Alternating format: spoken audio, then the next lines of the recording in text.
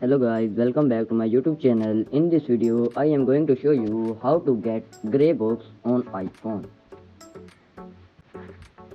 So guys, you can easily fix this problem. So let's start without wasting any time. Firstly, make sure that your iPhone is connected to Wi-Fi or mobile data is turned on. So guys, first of all, go to iPhone setting,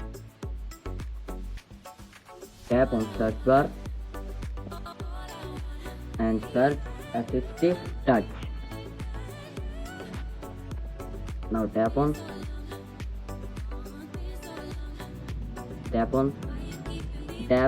turn off and turn on and go back.